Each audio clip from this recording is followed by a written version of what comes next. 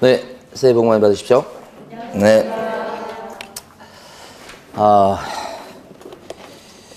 올해 꼭 합격하셔야 됩니다. 네. 자, 그런데 제가 아무 노력도 안 했는데 매년 달성하는 게 있습니다. 매년. 나이 먹는 겁니다. 원하지도 않고 노력도 안 했는데 매년 그냥 한 살씩 그냥 잘도 먹죠. 네. 자, 오늘 첫 시간입니다. 네. 제가 맡고 있는 과목이 40문제 나오는 건 아시죠? 네. 그 다음에 공부 어떻게 해야 되는지 아시죠?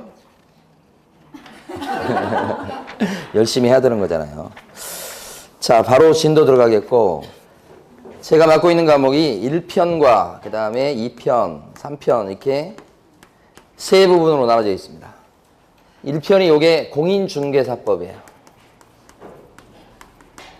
시험 문제가 여기서 28문제 출제됩니다. 여기서. 그 다음에 2편이 뭐냐면 부동산 거래 신고 등에 관한 법률인데 여기서 5문항이 출제되고요. 그 다음에 중개 실무 파트가 있습니다. 중개 실무에서는 7문항 정도가 출제가 되죠. 그래서 첫 시간에 여기서부터. 네. 자, 먼저 제 1장 총칙이라고 되어 있습니다. 여기서 1장 총칙. 총칙에서 이제 배우는 내용은 역사에 대한 내용을 처음에 배웁니다. 그 다음에 뭘 배우냐면 왜 공인중개사법을 만들었는지, 재정 목적 요거 배우고요. 세 번째는 용어를 갖다가 공부합니다. 네 번째는 중개 대상물을 갖다가 공부하게 됩니다. 근데 역사에 대해서는 지금 출제되는 얘기 없어요. 역사적으로. 그 다음에 목적이 1조인데 여기는 출제될 때가 있고 안 될 때가 있고 간혹 나오죠. 용어는 2조에 나오는데 매년 한 문제씩 출제가 됩니다. 확실하게. 한 문제 이상. 중개 대상 물건은 3조에 나오는 건데 이것은 확실하게 한 문제 나옵니다. 2문제까지는 안 나오고. 그래서 1장 총칙은 이렇게 구성이 되어 있어요.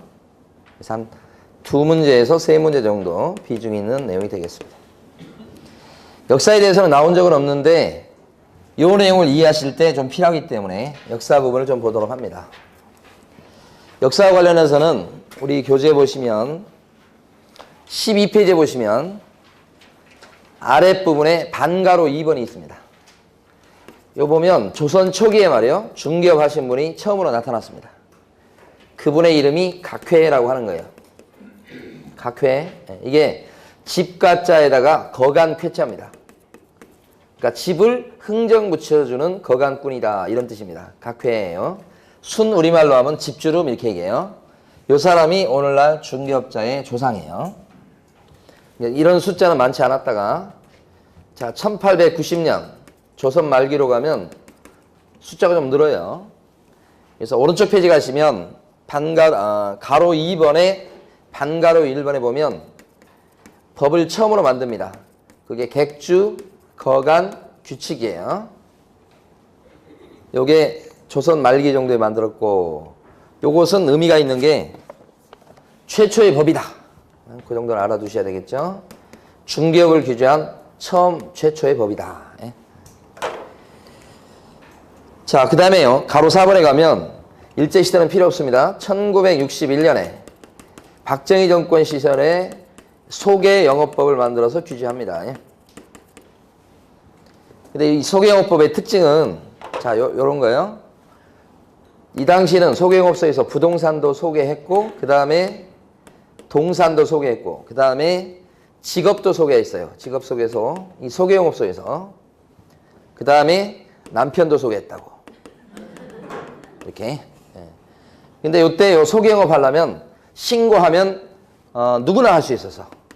그러니까 신고하면 소개영업 할 수 있었던 그 시절 얘기죠. 가만히 보면 전문성이 떨어지죠. 이렇게. 자, 그랬다가요. 지금 가로 4번 제목을 본 겁니다. 제목만 딱 보시고 밑에를 읽으실 필요가 없어요. 자, 다음 페이지 가시면 가로 5번이 나옵니다. 그 중에 반가로 1번 보면 1983년 얘기가 나와요. 이 1983년에는 법의 이름이요. 부동산 중개업법이라고 이렇게 바뀌게 되고, 요게 전두환 정권 시절입니다. 전두환 때입니다, 이때가. 그래서 부동산 투기 같은 걸 막기 위해서 이 법을 만들었는데, 특징은 가만히 보면 당연히 이때는 부동산 중개업법이니까 부동산만 소개시키는 거예요. 근데 특징이 뭐냐? 여러분들이 지금 준비하시는 공인중개사 시험제도가 1983년도 전두환 정권 때 처음으로 만들어진 겁니다. 시험제도가. 그리고 규제를요, 좀 세게 바꿨어요. 허가제로, 이렇게. 그러니까 자격증 따고 허가 내고서 중개업을 해라, 이런 뜻이에요. 예, 요게 83년 전두환 정권 때 일. 시험제도가 처음 만들어졌다는 게 의미가 있어요. 자, 그랬다가요, 가로 6번에 가시면, 자, 1999년, 부동산 중개업법 7차 개정 때 일인데, 요때 이제 공인중개사 시험제도는 그대로 유지가 돼요. 근데 규제하는 방식이 허가제에서 뭐로 바뀌냐면 등록제로 바뀌었다, 이렇게 돼요. 그러니까 지금은요, 지금도 계속 등록제예요. 그러니까 역사적인 변천사를 봤을 때 큰 변화가 있었던 건 여기가 끝이에요. 그 뒤에는 이제 나오는데 뭐 법의 명칭 바꾸고 그런 게 나와요. 신경 쓰지 마시고. 그래서 요때 등록제다, 이렇게. 허가제하고 등록제 차이점은 허가제보다는 등록제가 조금 규제가 조금 풀린 거예요. 요새 이제 영업하는 걸 규제하는 걸 보면요. 자, 음식점을 한다 그러면 신고해야 음식점 할 수 있어요. 뭐 휴게 음식점이든 하여간 신고증이 있어요. 그 다음에 이제 허가 내는 것은 단란주점이나 유흥주점이 허가 업종이야. 대표적으로. 규제가 세요. 등록업종이다 그러면 이 학원도 등록업종이에요. 그 다음에 노래방도 다 등록업종, PC방도 등록업종, 중개업소도 등록업종이다. 그러니까 얘보다는 좀 규제가 조금 풀렸다고 보시면 돼요. 자, 여기 역사적인 부분이에요. 요거 기본적으로 좀 이해하고 계셔야 앞으로 공부할 내용을 이해하기 쉬워요. 자, 오른쪽에 가시면 목적이 나옵니다. 1조 목적 보십니다. 자, 목적. 여기서부터는 시험범에 이제 직접 들어가는 부분인데, 제일 위에 파란 박스 있죠? 그것만 공부하십니다. 밑에 있는 내용 전혀 읽으실 필요가 없어요. 그러니까 중개사법을 공부하실 때는 기본서를 찬찬히 읽어가지고 공부한다, 그런 생각을 버리세요. 열심히 공부한다는 게 그런 게 아니고, 중개사법은 그 밑줄 그은 거 있죠? 그걸 반복적으로 많이 보고 암기할 것을 암기하고, 그 다음에 OX 문제를 반복해서 풀고, 그게 열심히 공부하는 거고, 기본서를 처음부터 끝까지 읽어야지만 실력이 올라가고 점수가 올라가는 거 절대 아니에요. 얼마나 다행이에요. 기본서 안 읽어도 된다고 그러니까. 그러니까 그 위에 파란 박스에 보시면 이 법은 공인중개사의 업무 등에 관한 사항을 정하여, 이렇게 돼 있죠. 그러니까 목적에서요, 일단 첫 번째 중요한 단어는 업무에 관한 사항을 정한다. 업무란 단어가 중요한 단어예요. 그 다음에 두 번째 목적은 그 전문성을 제고하고, 이렇게 돼 있죠. 그러니까 두 번째 목적, 전문성을 제고한다는 건 높인다는 뜻이에요. 이 전문성이 중요한 거예요. 자, 세 번째는요, 부동산 중개업을 건전하게 육성한다. 그죠? 여기서 부동산, 세 번째 중요한 단어가 이거예요. 중개업이라는 단어예요. 이것을 육성한다고 해요. 자, 이걸 건전하게 육성하겠습니까? 불건전하게 육성하겠습니까? 건전하게란 말은 그렇게 중요하지 않다는 얘기예요. 다 건전하게 육성하겠지. 그 다음에 네 번째 목적은 국민, 여기가 좀 충격적이에요. 국민 경제에 이바지함. 중요한 단어가 국민경제입니다. 이렇게.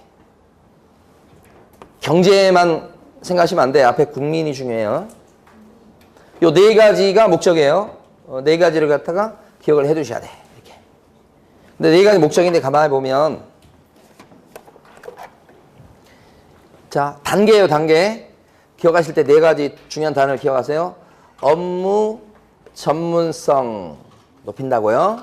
그 다음에 이래가지고 중개업을 육성한다고. 그래서 최종적으로 뭐예요? 국민경제 보탬이 되도록 하겠다. 그죠? 이 두 가지를 보시고, 그래서 이렇게 육성하는 거예요. 그러니까 단계적으로 돼 있다는 거예요. 업무, 전문성, 중개업, 국민경제 이런 식으로 많이 익혀보시고. 근데 시험 낼 때요. 시험은 일조 목적과 관련해서 간혹 출제가 되긴 하는데 조금만 틀려도 틀렸다고 합니다. 목적이 아니라고 해요. 예를 들어서 전문성을 제고한다고 그랬죠. 자, 그랬을 때 예를 들어서 개업 공인중개사의 공신력을 제고합니다. 그러면 목적일까요? 아닐까요? 아니다 이렇게 하셔야 되는 거예요. 그 다음에 건전하게 육성한다고 나오는데 중개업을 육성하는 거죠. 중개업. 예. 근데 이걸 갖다가 개업 공인중개사를 건전하게 육성한다. 이렇게 바꾸면 목적일까요? 아닐까요? 아니다 이렇게 하셔야 되는 거예요. 중개업을 육성하는 거예요. 부동산 사장님이 아니고 그런 거.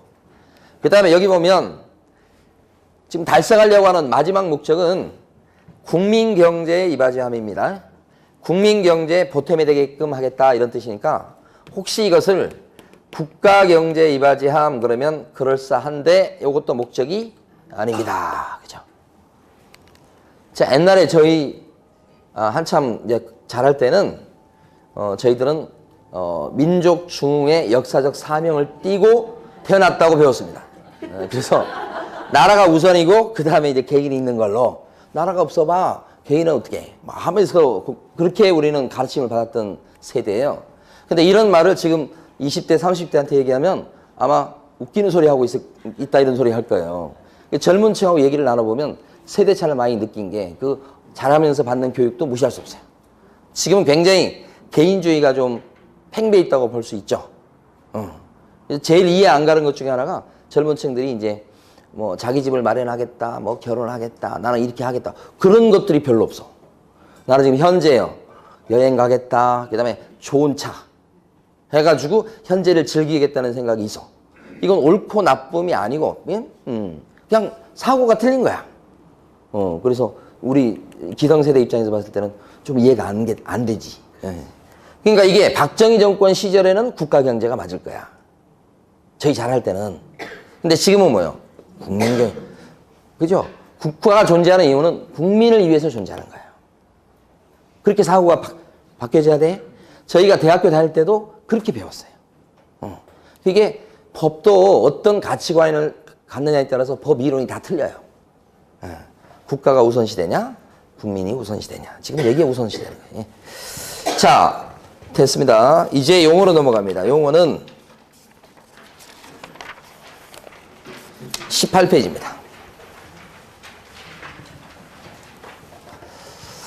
자, 용어에 대해서 6개가 나옵니다. 6개. 이 6개의 용어를 갖다가 잘 해두셔야 되는데 오늘 공부하는 내용 중에서 제일 어렵고 중요한 부분이 용어입니다. 용어. 자, 제일 앞에 나와 있는 게 중개거든요. 자, 여러분들은 교재 18페이지 보시게 되면 파란 박스 위에 거 말고요. 밑에 가시면 네모 1번에 가로 1번 중개의 정의 여기를 보셔야 돼. 자, 그 중에서 밑줄 그을 부분이 첫 번째 줄하고 두 번째 줄까지예요. 자, 중개라 함은 나왔죠? 중개라 함은 3조 규정에 의한 중개대상물에 대하여 중개대상물에 대하여까지 이렇게 끊어서 읽으셔야 돼. 자, 두 번째는 거래 당사자 간의 매매, 교환, 임대차 그 밖에 권리의 득실, 변경에 관한 행위를까지 또 끊으셔야 돼. 두 번째. 그 다음에 알선하는 것을 말한다. 이렇게. 이 세 부분으로 이루어진 게 중개다 이 말이야. 자, 두 줄을 밑줄 그으셨으면 이제 칠판을 보셔야 돼. 중개가 뭐냐 그랬을 때 중개는 첫 번째 3조에 써져 있는 중개대상물을 전제로 합니다. 이 중개대상물은 법 3조에 나와 있는 것인데 5개가 있습니다. 이 안에는 토지 있고요. 건물이 있고요. 임목이 있고요. 좀 생소한 광업재단이나 공장재단 이렇게 해서 5개가 있고요. 흔히 얘기하는 부동산이다 이렇게 생각하시면 돼. 이런 것들에 대해서 자, 두 번째 부분이요. 거래 당사자 간에 깁니다. 굉장히. 매매, 교환, 임대차 그 밖에 권리의 득실, 변경에 관한 행위를 이렇게 했는데 끝 글자가 행위입니다.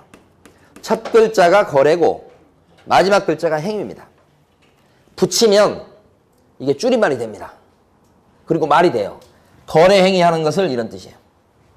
더 줄이면 거래하는 것을 이런 뜻이 돼요. 두 번째 부분이 굉장히 길지만 줄이면 그렇단 말이에요. 자, 세 번째 이걸 어떻게 하는 게 중요하냐면 알선했을 때 중개다 이렇게 불러요. 이 알선이라고 하는 건 소개시키는 거예요. 추설하는 거예요. 그래서 중개의 개념은 여러분이 아시는 거하고 뭐 똑같다고 보시면 돼. 부동산 같은 것들을 거래하게끔 소개시키는 거. 그게 중개다. 자, 여기까지 어렵지 않아요. 그런데 이 거래 행위란 말을 민법 시간에 쓰는 말로 바꾸면 법률 행위예요. 법률 행위. 저희 대학교 1학년 때 법률 행위라는 말을 공부했어요. 근데 교수님들이 막 법률 행위에 대해서 뭐 이런 거다 저런 거다 막 얘기를 하잖아요. 하나도 못 알아먹겠어요. 이게 굉장히 추상적이고 어려운 말이에요, 이게. 근데 나중에 지나놓고 보니까 법률 행위다 그랬는데 이게 거의 99.9%가 계약이에요. 그러니까 처음부터 1학년 때부터 교수님들이 이건 계약이야 이렇게 했으면 우리가 얼마나 이해하기 쉬웠겠어요. 그런데 법률행위라고 하는 것은 교재를 보면 뭐 권리 변동을 뭐 발생시키기 위해서 뭐 의혹하는 행위로서 막 이렇게 막 써놔. 그게 뭐예요 도대체? 모르잖아요. 계약서예요, 계약서 이거. 계약이라고 그걸 알선시켰을 때가 중요하다. 끝이에요. 다만 이제 이론적으로 보면 법률행위를 하게 되면 이것 때문에 권리에 변화가 생겨요. 그걸 권리 변동이라고 불러요. 변동이라고 하는 것은 권리를 얻기도 하고 권리를 잃기도 하고 권리의 주체나 내용이 바뀌기도 하는 것. 이것을 변동이라고 해요. 그럼 이 권리 변동은 왜 생겼냐 그러면 법률행위를 했기 때문에 생겼다. 이렇게 보는 거예요. 이게 원인, 이게 결과. 이게 민법 총칙이에요. 그러니까 만약에 매매계약을 체결했다 이렇게 되면 매도인은 소유권 넘겨주기로 약속하고 매수인은 돈 주고서 그 집을 사서 소유권 넘겨받기로 약속한 거. 계약이 또 약속이에요. 그 약속을 지키면 이제 매도인은 소유권을 잃게 되겠죠. 매수인은 소유권을 이번에 얻게 되겠죠. 그런 변화가 생겼죠, 소유권. 매매계약을 통해서 생긴 거예요. 그 약속을 지켜서. 그 다음에 교환계약이라고 있어요. 교환계약이요. 부동산과 부동산을 맞바꾸는 걸 얘기하는 거야. 얼마 전에 충주에 사시는 분이 전원주택지 땅이 있다는 거야. 그것을 서울에 있는 아파트하고 바꿔달라고 부동산 중개업소에 내놨어. 그게 교환이에요, 교환. 시골에 있는 땅하고 서울에 있는 아파트하고 바꾸겠다고. 바꿔달라고. 서울에 있는 어떤 아파트든 좋다고. 자, 서울에 있는 아파트 주인이 시골에 있는 땅하고 바꾸겠습니까? 바꿀 이유가 없지, 지금. 그게 교환이에요, 교환. 교환 계약을 체결해서 만약에 이 사람은 이제 은퇴해서 시골 가가지고 농사 짓고 그런 걸 조금 꿈꿔.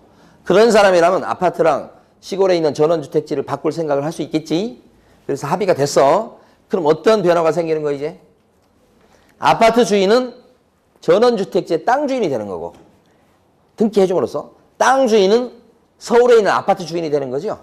그러면 임자가 뒤바뀌죠. 이게 소유권 변동이 생기는 거야. 이것 때문에.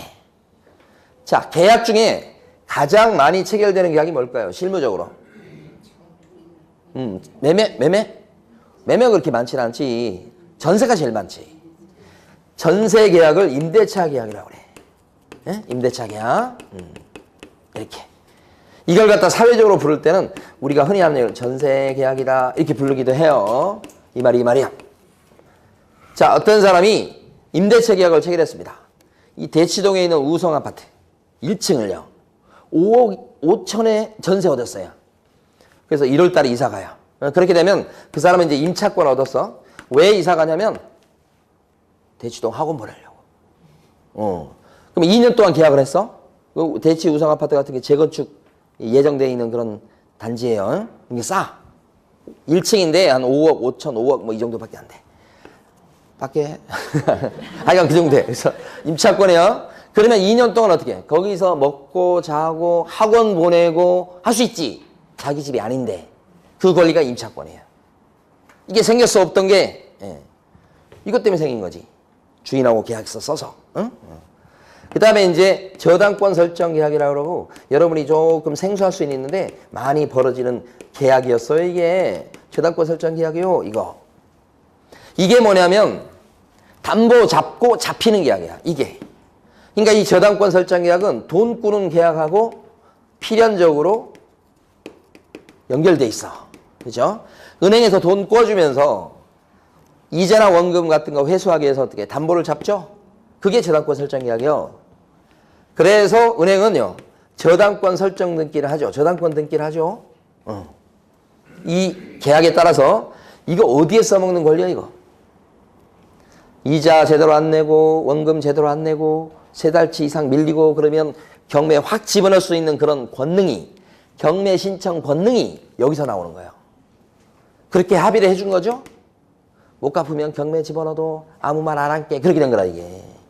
그러니까 이런 권리는 다 각종 이런 법률 행위 때문에 이런 권리가 생긴다 이 말이에요. 이게 민법 총칙이라고 해요. 풀어 쓴 거야.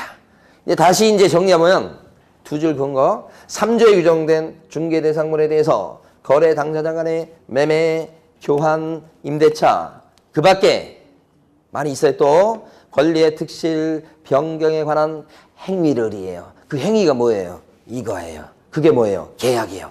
다시 돌아오면 결국 계약을 체결하게 만들어 준 게 중개란 말이에요. 결국은. 이게 중개에 대한 용어의 정의예요. 그런데 하나 이해하실 게 있어요. 우리가 보면 자, 만약에 어떤 아버님이 돌아가셨어. 응? 자식이 있어. 그러면 돌아가시는 순간에 상속이 발생해가지고 아들이 아버지 소유의 빌딩에 대한 소유권을 취득하죠. 그럼 상속이 이루어지면 소유권 변동이 생겨요? 안 생겨요? 생기지. 아버지 건데 아들 걸로 바뀌잖아. 언제 아들 게 되는 거예요?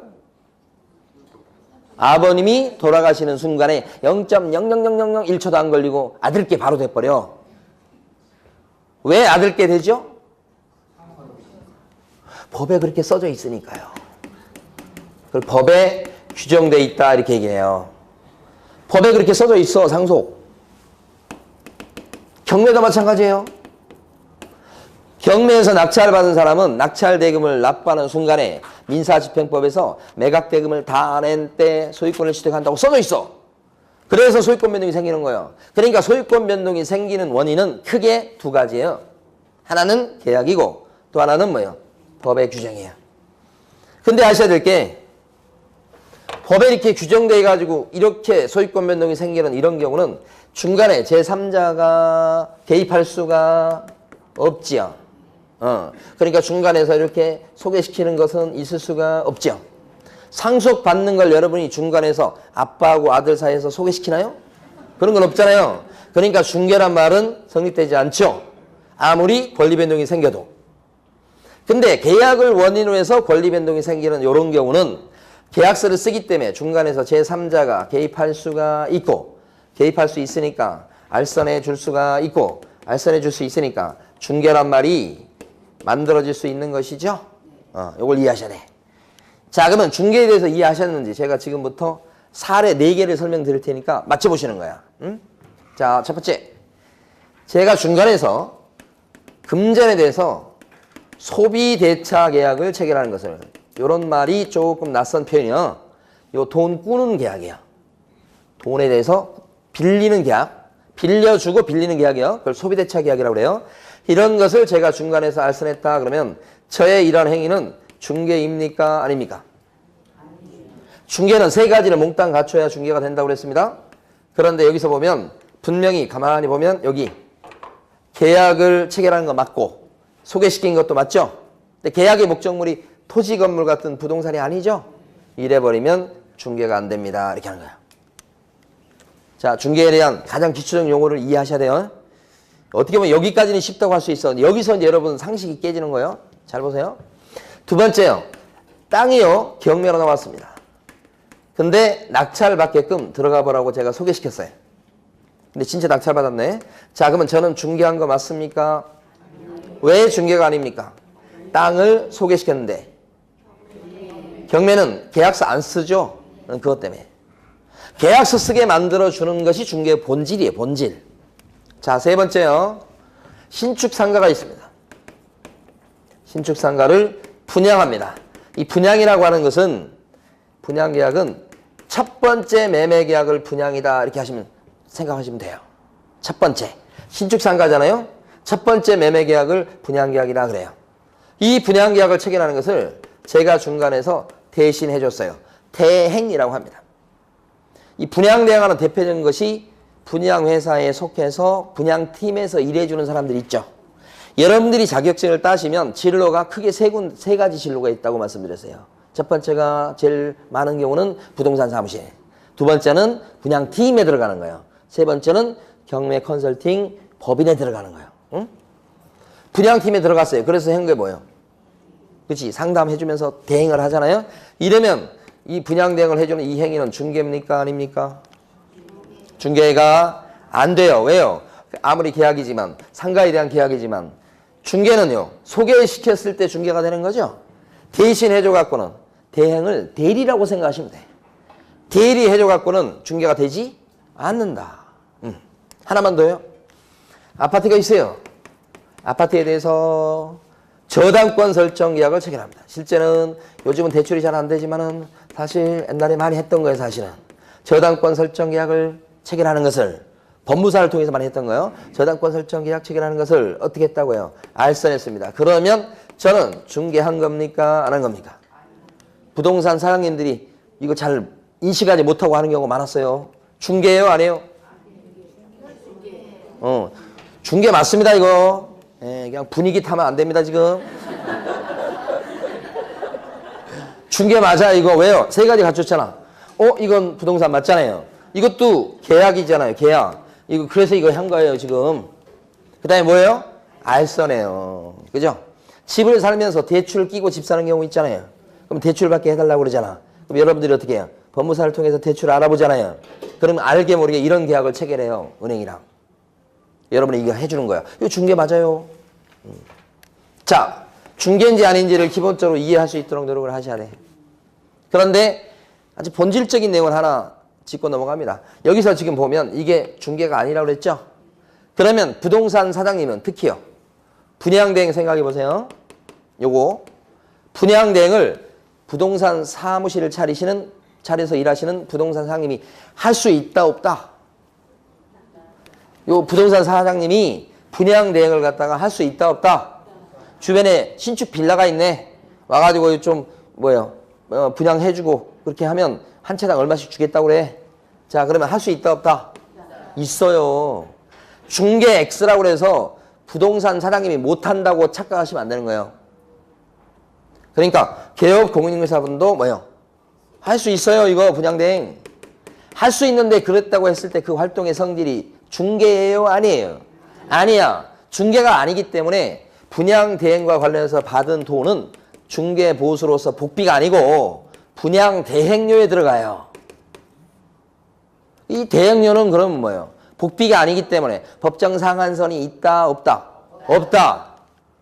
그렇죠? 그러니까 많이 받아도 된다는 거죠? 그 의미예요. 이게 중개 X라고 했을 때 이 의미는 중개활동이 아니니까 그건 받은 돈은 복비가 아니어서 많이 받아도 법에 안 걸려. 그걸 의미하지 부동산 사장님이 못해요 이런 의미가 아니라고. 이해되십니까? 쉽지 않은 건데 지금 이거 두고두고 나올 겁니다. 자, 그러면 이제 이번에 나머지 깨끗하게 남겨두셔야 돼. 밑줄 그으면 안 돼요. 예. 놔두시고 자 22페이지 갑니다. 22페이지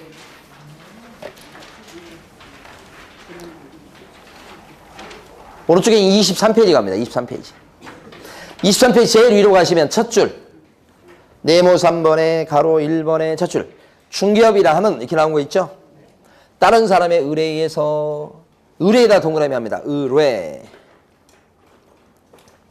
자, 그 다음에 일정한 보수를 받고 보수에 동그라미 치시고 그 다음에 중개에다 동그라미 하시고요. 그 다음에 마지막 네 번째 업으로 행하는 것을 말한다. 업에 동그라미요. 자, 됐습니다. 일단 칠판을 보시는데 지금 중개를 했어요.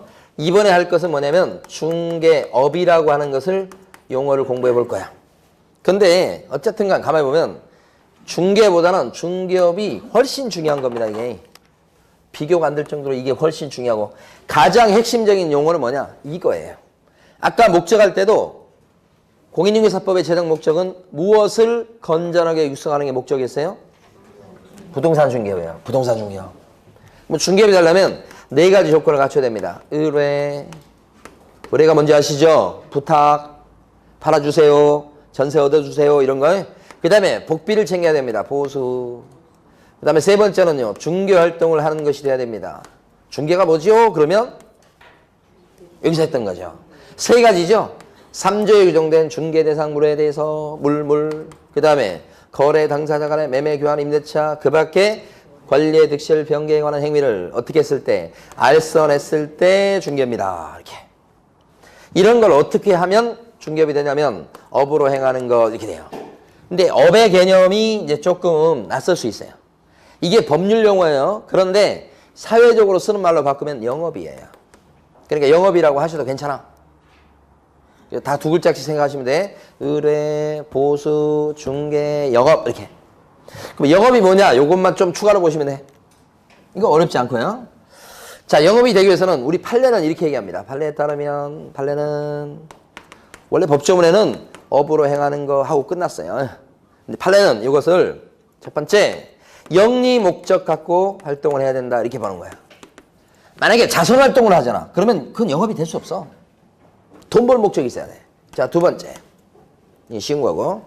불특정 다수인을 상대로 해야 됩니다. 불특정 다수인.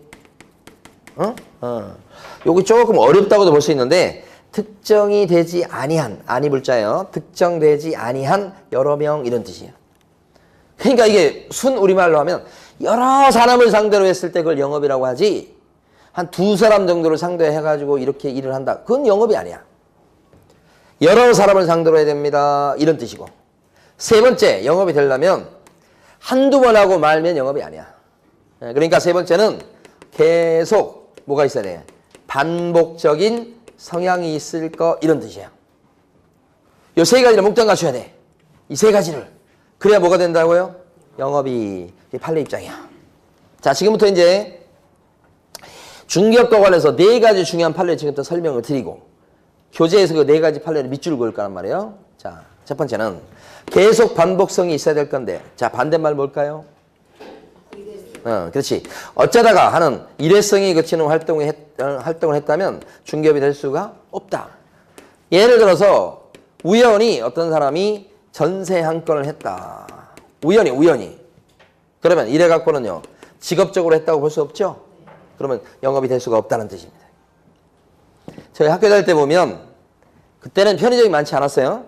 제가 대학교 다닐 때 처음으로 편의점이 생겨서 그 유명한 패밀리마트, 지금 있는가 모르겠네. 갔는데 일단 안은 그냥 번쩍번쩍해.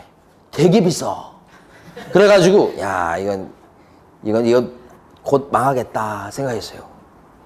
그때는 다 슈퍼였으니까. 근데 지금 뭐예요? 슈퍼가 망했어.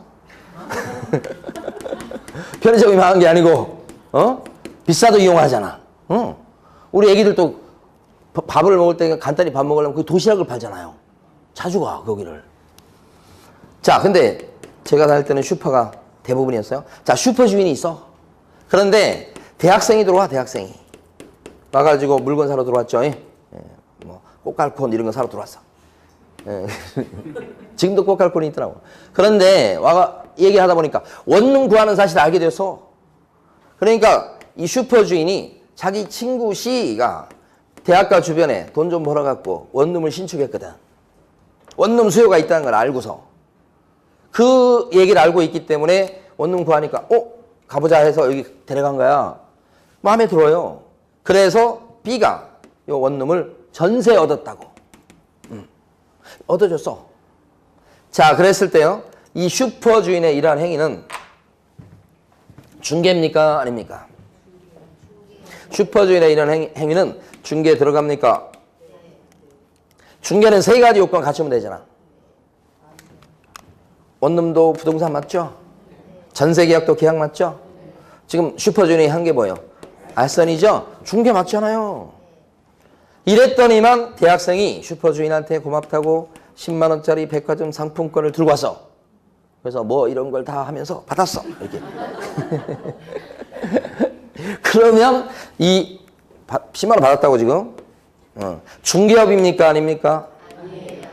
그래도 아니다. 왜 그래요? 직업적으로 한 게 아니잖아요. 어쩌다 들은 얘기가 있어서 한 건 그냥 한 거지 우연히. 중개비 안 들어갑니다. 안 들어가요. 예. 그런데 이렇게 하다 보니까 드디어요.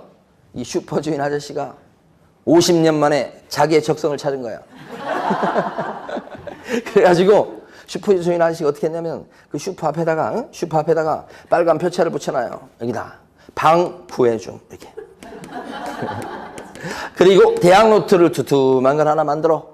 그리고 주변에 있는 원룸, 하숙집, 전셋집을 다 여기 빈 걸 다 써놔. 얼마에 얼마짜리. 그래서 이걸 보고 들어온 손님들한테 적당한 물건을 소개시키고 이제는 꼬박꼬박 뭐예요? 이걸 받기 시작했어요. 그러니까 뭐예요? 과자만 팔 게 아니었던 거다 이 말이에요. 그래서 막 이렇게 하기 시작해. 그러면 어떻게 돼요? 이제 여기가 되는 거야.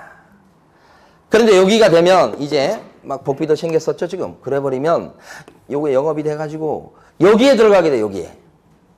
그런데 중개업이라고 하는 건 아무나 또는 그냥 할 수 있는 게 아니죠. 역사적으로 보니까 등록을 내야 할 수 있다 이렇게 공부했다고. 언제부터 이렇게 등록제로 바뀌었다고 그랬어요? 83년도로 허가됐는데 전두환 때는 99년도부터 99년 그러면 기억나는 게 뭐예요? IMF보다 더 기억나는 게 있는데 지구가 망한다고 그랬었잖아 이때.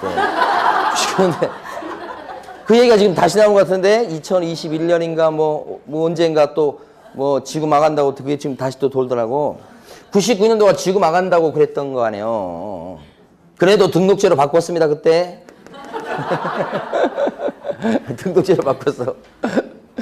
그러니까 이게 중개업하려면 등록을 내야 돼. 만약에 중개업을 하는데도 불구하고 등록을 안 내고 하잖아요. 그러면 형사처벌이요. 이런 사람을 무등록 중개업자다 이렇게 얘기하고 무등록 중개업자가 되니까 3년 이하의 적이나 3천만 원 이하의 벌금으로 형사처벌 대상이 되더라. 여기 있는 요 슈퍼주인 아저씨는 지금 자격증이 있어요 없어요? 없어요. 등록도 안 돼 있죠? 이제 잡혀가는 거예요 이제.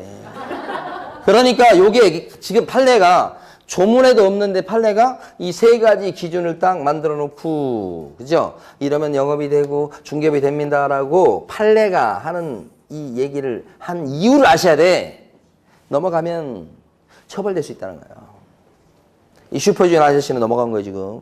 그렇죠? 네. 그래서 그런 데 의미가 있다. 자, 두 번째. 보수를 받아야 중개업이 됩니다. 만약에 보수를 갖다가 한 푼도 챙기지 않았어요. 이렇게 되면 그때는요. 중개업이 될 수가 없다. 이렇게 되는 거지. 너무 당연한 얘기야 이게. 출제될 내용도 아니에요 지금 이게. 자, 그런데 뭐든지 보면 애매한 사건이 발생하는 거야. 자, 어떤 사람이 있습니다. 무자격자예요. 29회 때 막 열심히 했는데 자격증 못 땄어요. 그렇지만 사무실에 딱 냈어. 용감하게. 간판도 걸었어. 책상 갖다 놔. 직원도 뽑았어. 광고도 뿌려. 이렇게 하면서 막 영업을 해요. 그래가지고 10건 했어요. 10건. 계약서를 10건이나 썼다고. 그런데 그 손님들이 전부 다 하나같이 그렇죠? 복비를 주겠다고 약속을 했어. 10명 다. 달라고 했지. 그랬더니 다 주겠대. 그런데 그 사람들이 계약서를 딱 쓰고 나니까 갑자기 생각을 바꿔. 이 사람들이 가만히 보니까 사무실에 자격증도 안 걸렸지. 그죠? 등록증도 없지. 그러니까 눈치챘을 거 아니야. 그래가지고 경찰서에 가서 다 잃어버린 거야. 이 사람이 10건이나 했어. 근데 복비를 받으려고 했는데 약속만 하고 10명이 전부 다 배신하고 안 줬어. 그래가지고 무등록 중개업자입니다 하고 잃는 거야. 그럼 이 사람은 무등록인 건 맞죠? 그럼 이 사람은 중개업을 했다 이렇게 봐가지고 무등록 중개업자로 처벌하는 게 맞습니까? 좀 애매하다니까. 주기만 했으면 10명이 주기만 했으면 받았을 거잖아요 지금. 안 줘서 못 받은 거잖아요 지금. 그거 생각하면 무등록 중개업자로 처벌할 만한데 우리 판례는 저하고 생각이 틀리더라고. 우리 판례는 이것만 갖고는 보수를 받았다고 볼 수가 없으니 중개업을 한 게 아니어서 비록 무등록 상태에서 했다고 해도 이 양반을 무등록 중개업자로 잡아다가 처벌할 수가 없다. 이게 판례 내용이요. 애매한 사건을 해결해 주는 게 판례예요. 중요합니다. 자, 세 번째는 자, 이것도 다 현장에서 판례가 있다는 얘기는 현장에서 무지하게 많이 발생한다는 얘기예요. 어쩌다 한번 발생하는 것은 현장에서 대법원까지 가지도 않습니다. 밑에서 끝나버려요. 아랫부분에서. 대부분 판례가 나오잖아요. 그러면 실제 현장에서는 무수히 많이 발생한다는 얘기야. 자, 이 갑이라는 사람이 부동산 컨설팅 업자예요. 부동산 컨설팅 업자다. 이렇게. 주로 컨설팅을 해. 이 사람이 땅에 대해서 어떤 사람이 땅을 갖고 있는데 그 땅에다가 그걸 전원주택지로 개발해가지고 전원주택 지어가지고 뭐 그렇게 하고 팔고 막 일고 싶다는 거야. 맨 땅인데 지금. 그 절차에 대해서 잘 모르거든. 그러니까 이런 컨설팅 하는 사람한테 쫓아와가지고 그 땅 주인이 나 그 전원주택 지어서 팔고 싶다. 어떻게 하면 좋겠는가? 좀 가르쳐달라. 그러니까 이 사람이 가르쳐 주잖아. 그게 컨설팅이야. 근데 그러다 보니까 어떤 일이 벌어지냐면 그 땅 주인이 나중에 전원주택 지었어. 이제 그거 어떻게? 팔 목적이었잖아. 비싸게. 그래서 팔아달라고 해. 그래서 1년에 한 3건, 4건 이렇게 팔아줘. 그러면 중개입니까? 아닙니까? 그거? 전원주택 땅이랑 해서 팔아주는 거. 중개지. 이건 옛날 그 컨설팅을 했던 그 손님의 부탁을 받고 팔아준 거야. 복비도 엄청 챙겨서 1년에 3건, 4건을 그렇게 많이 건수가 아닌데 30년을 그렇게 했어. 그 정도면 영업을 했다고 볼 수 있잖아. 그죠? 1년에 뭐 50건, 100건 한 건 아니지만. 그러니까 조그맣게 중개를 해. 컨설팅을 주로 하면서. 이 사람은요, 중개업을 했다고 볼 수 있나요? 조그맣게 중개를 했는데? 중개업이지. 중개업이 되기 위해서는 몇 가지 요건을 갖추면 되는데요. 4가지. 의뢰 있었잖아요. 복비 생겼잖아요. 영업적으로 했잖아요. 조그맣게 중개활동도 했잖아요. 중개업 맞지? 그런데 원래 중개업을 하려면 어떻게 하고 해야 돼요? 자격증 따고 등록을 내고 해야 되잖아. 그런데 이 부동산 컨설팅 업자 갑은 자격증도 없어요. 등록도 안 돼 있어요. 그러면 어떻게 해요? 무등록이잖아. 무등록 중개업자로 처벌하는 게 맞겠죠? 맞아요. 이렇게. 처벌돼요. 이 부동산 컨설팅 업이라고 하는 것은 자유업종에 들어가요. 사업자 등록만 내면 누구든지 할 수 있어요. 전문 지식을 갖고 있다면 누구든지 할 수 있어요. 자유롭게. 뭐 신고해라, 허가내라, 자격증 따라 그런 소리 안 한다고. 그러니까 자격증 없는 사람이 컨설팅 업은 무조건 할 수 있어요. 근데 중개업은요.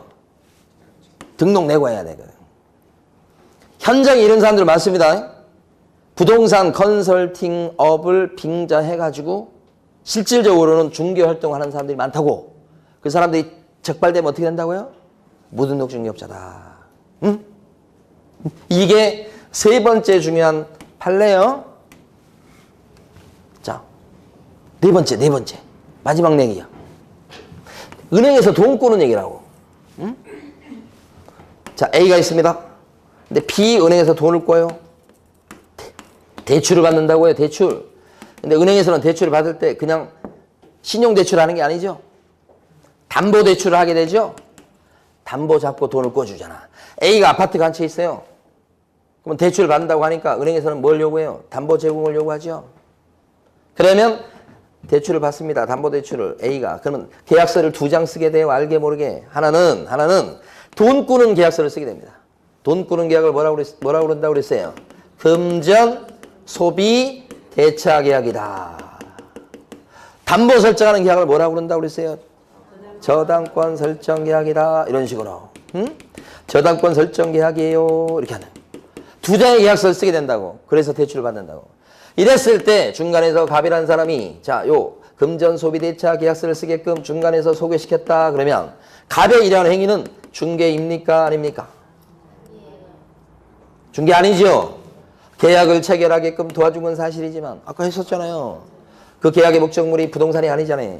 중개 아니죠. 근데 이번에 똑같은 갑이 이번에요. 계약서를 2장 썼으니까 은행이랑 저당권 설정 계약서 쓰는 것을 중간에서 갑이 알선했어요. 그러면 이때 갑의 이 알선행위는 중개입니까? 아닙니까? 중개. 들어갑니다. 계약을 알선했죠 지금. 근데 그 계약이 저당권 설정 계약이다 보니까 그 목적물이 아파트 같은 부동산이었던 거죠? 중개 맞습니다. 그러면 결론적으로 갑이라는 사람은 2장의 계약서를 쓰게끔 도와준 거 사실인데 이러한 갑의 행위는 결론적으로 봤을 때 중개입니까? 아닙니까? 결론적으로 중개죠. 이쪽 부분 때문에 중개가 된 겁니다. 위에는 중개가 아니지만 근데 이런 활동을 갖다가 의뢰를 받아가면서 막 복비를 챙겨가면서 영업적으로 했다면 갑의 이러한 행위는 중개를 뛰어넘어가지고 중개업을 했다고 볼 수 있나요? 중개업을 했다고 볼 수가 있다. 이것이 네 번째 중요한 판례예요. 그러니까 이게 금전소비대차의 알선 이거 있든지 말든지다 이 말이에요. 이거 있든지 말든지 간에 이 자체가 중개가 되는 거니까 이러고 이렇다면 중개업에 들어가는 거 확실합니다. 이 뜻이죠? 이렇게. 자, 지금부터 밑줄 그어보겠습니다. 교재에서는요. 23페이지 보시면 가로 2번에 반가로 3번에 동그라미 2번을 찾아가셔야 돼요. 동그라미 2번 보시면 자, 중개업이 성립하기 위해서는 계속적 반복적으로 중개인가 행해져야 된다.